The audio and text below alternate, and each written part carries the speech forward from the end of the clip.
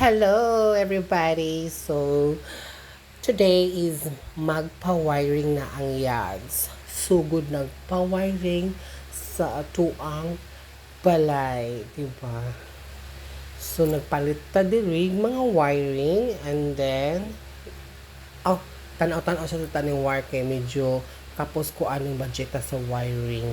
Unahon sa ninako ang mga kanisang lights next to the next na sabay ra yun ni ang wiring ug ang lights kay mura lang unahon sa nako ang pag-installment ang kaning mga breaker o katong dako nga planta sa tawag ana niya ay basta mao na siya mao na ko giun nagipalit kay medyo may kamahalan man siya, priceless man siya.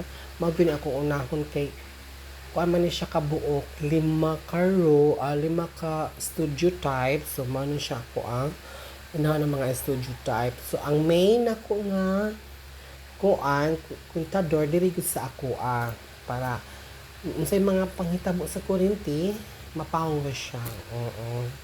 So mao ni siya akong napalit sa mga katong sa tawag ana plug katong mga sana pang para sa lights basta mao na siya o mao na ako pamalit, diba?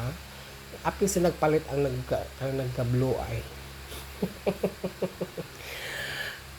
Diba? Kana lang sa siya heavy nya mao na ni siya saka sure na ta ipanay na. So daoy pila ra man ang 17,000 plus oy yan. Nihinay lang gud ta the next na ang mga wiring ani ug ang lightning. Unahon sa nina to ang kaning mga pa-plug ug kaning mga basta may mao na siya.